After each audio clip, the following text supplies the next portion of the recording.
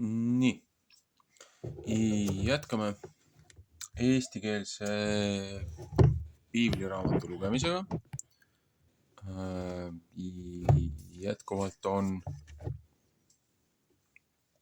Tartus trükitud 1897 Lakmani juures see raamat, millest ma loen.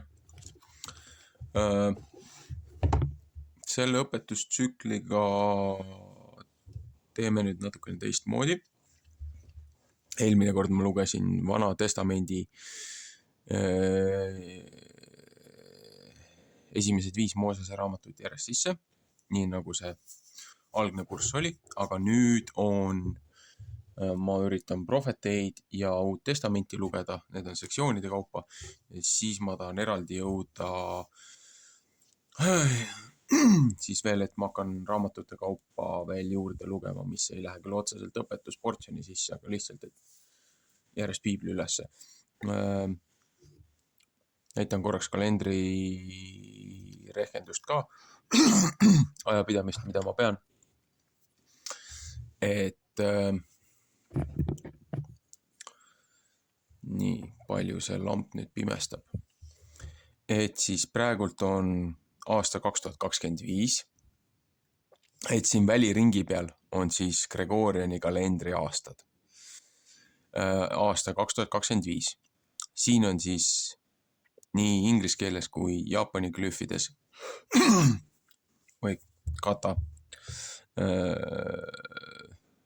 Ei ole mitte kata, kana. Katakana, hiragana. Ühesõnaga, Jaapani siis glüüfides on kuunimetused. On sellel teisel kihil see pealmine see plaat, mis liigub. Ja kuna praegult me oleme oktoobrikuus, siis me peame oktoobrikuu ja 2025. aasta ühele liinile ajama. Ja kui me need ühele liinile ajame, siis mul näitab siin, et 9. kuul, see peaks nüüd täiskuu olema. Mul on 9. ja 3. kuu, siis see täiskuu on siia ära märgitud. Et kui näiteks eelmine kuu oleks pidanud 23. siis täiskuu olema Eesti geograafilise positsiooni järgi. Ühesõnaga 2025. aasta oktoobrikuu ja kuna meil on laupäev, siin all on siis päeva nimetused nii inglise keeles kui eesti keeles kui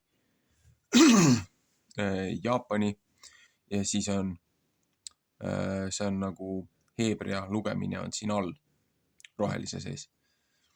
Et Shabbat on siis päev 7, et day 1 on siis pühapäev, Sunday. Ühesõnaga, meil on laupäev ja kuna meil on selle kuu esimene laupäev, siis täna on 4. oktoober 2025. 4. laupäev, oktoober 2025. Ja siis see väike seier, mis näitab ka siin kuufaasi, mida ma olen üritanud jälgida, mis läheb siis Enohi raamatusse, kust on võetud need muud argumendid. Et kuna mul on siin on current date või praegune kuupäev on 25, et kui ma võtan siit nüüd kosmilise kalendri, looja kalendri, et mis siis algab kevadel, Juliuse kalender vähemalt oli algselt olid aastaajad paigas. Gregorianil on need kõik nihkes. Ühesõnaga, see on väike lisatutvustus siia ette. Ma tean, see võib olla tüütav, aga see on oluline, mille järgi ma jälgin kõike seda aega.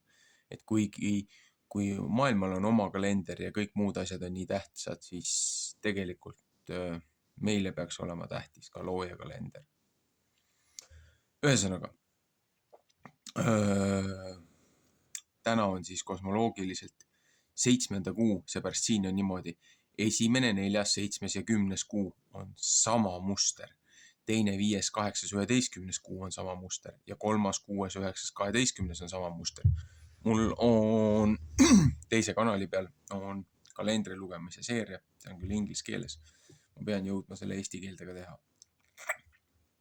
informatsioonid kokku panna.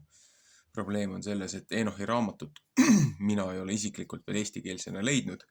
Seda R.H. Charlesi seda trükki, seepärast väga paljudes uuemates trükkides on juba väga palju vajalikku informatsiooni kadunud ja online'i netirakendused, äpipoest, sealt juba näitab, et on värsse ridasi on ära kustutatud uuendatud versioonidel.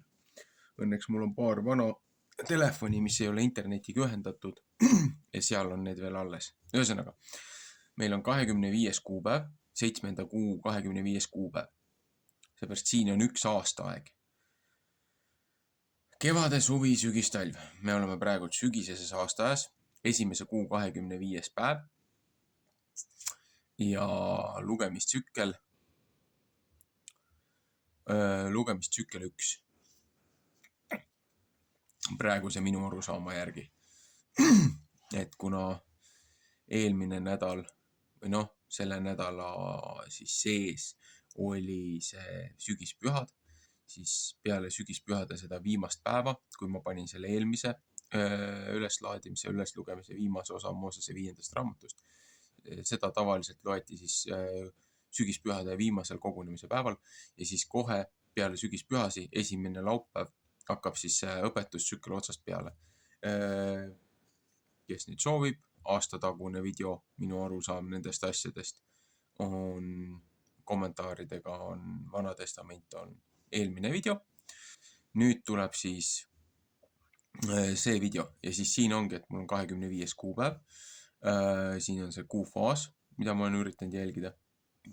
Kuufaas on selles mõttes oluline, et on kalendri pidamisel, et kuna kuu langeb kosmiliselt aastast tagasi 10 päeva, et kui kosmiline aasta on 364 päeva ja päiksekalender on 365,25 ja kuu on 354, kuu langeb iga aasta 10 päeva tagasi ja sellepärast, kui kuufaaside järgi või uue kuu järgi oma nädalat ja oma seda puhkepäeva pidada, see lihtsalt ei ole õige, seepärast tekib kuid, kui sa kuukalendrit jälgid, tekib kuid, kus on 2-3 mitteolemise päeva, seepärast, et sa loed 7 päeva ära, siis sa pead ootama mitu päeva, kuni tuleb uus kuu, siis hakkad uuesti lugema. Mõni nädal on 9 päeva. Et kuukalender ei ole õige. Ja ma praegult ei viitsi sellesse vaidlusesse minna, aga see on toodud Kreeka vangistusajast, see on toodud idamaade filosoofiatest, kui orjaklassile ei antud uut kalendrit veel edasi valitsejate poolt. Et kuigi valitsejad kasutasid kuninglikku kalendrit, loojakalendrit, siis lihtsalt lihtlabane töölisklass, nemad vaatasid oma aega kuufaaside järgi ja nendel oli kohati 13 kuud ja mis iganes üritasid asju leiutada, et kuidagi sünkroonis olla aastatsüklitega, viljaistutusega. Aga lihtsalt nii on. Et kui on loojapühad, siis loojal on ka aeg tähtis, millas neid pühasi tähistatakse, mitte nii, kui meie ise otsustame. Ja meie eesmärk on nüüd kogu selles segaduses ja eksiilis leida see õige aeg ülesse selle informatsiooni põhjal, mis me oleme suutnud leida ja kokku panna. Mina olen oma uurimuste ja otsimiste ja kaasuurimistööde kinnitajatega jõudnud siiamaale. Tänaseks on minu arusaam on see,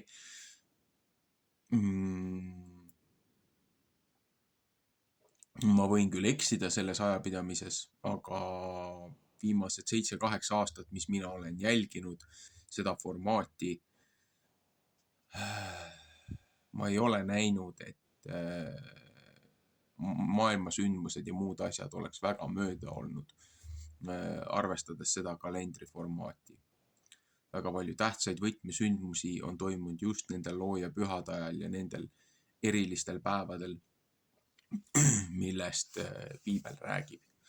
Et prohvetlikud ennustuslikud päevad. Sellepärast nii kaua, kui see ei ole murdunud, mina võtan omal kompassiks või aluseks selle kalendri.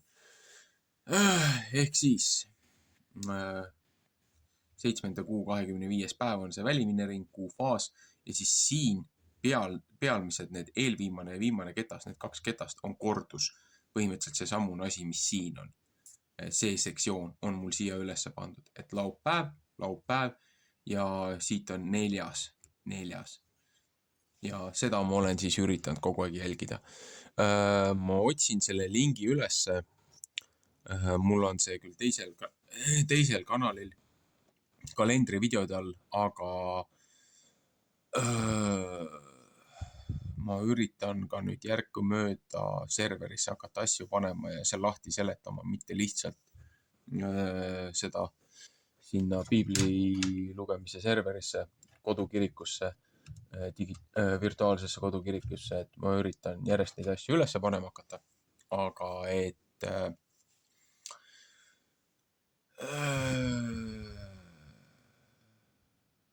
ma üritan ka selgitused, asjad juurde panna, mitte lihtsalt niisama seda informatsiooni sinna üles panna, mis võib teistel palju rohkem segadust tekitada. Ühesõnaga, hästi pikk sissejuhatus.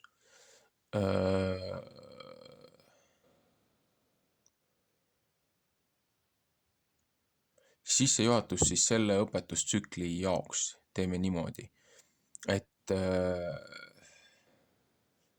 ma panen selle video kinni ja siis ma hakkan prohveteid lugema.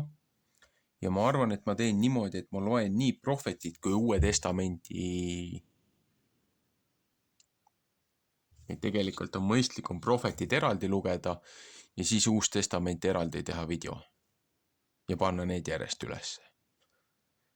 Jah, nii on õigem. Olgu. Meeldivat hingamispäeva. Shabbat shalom.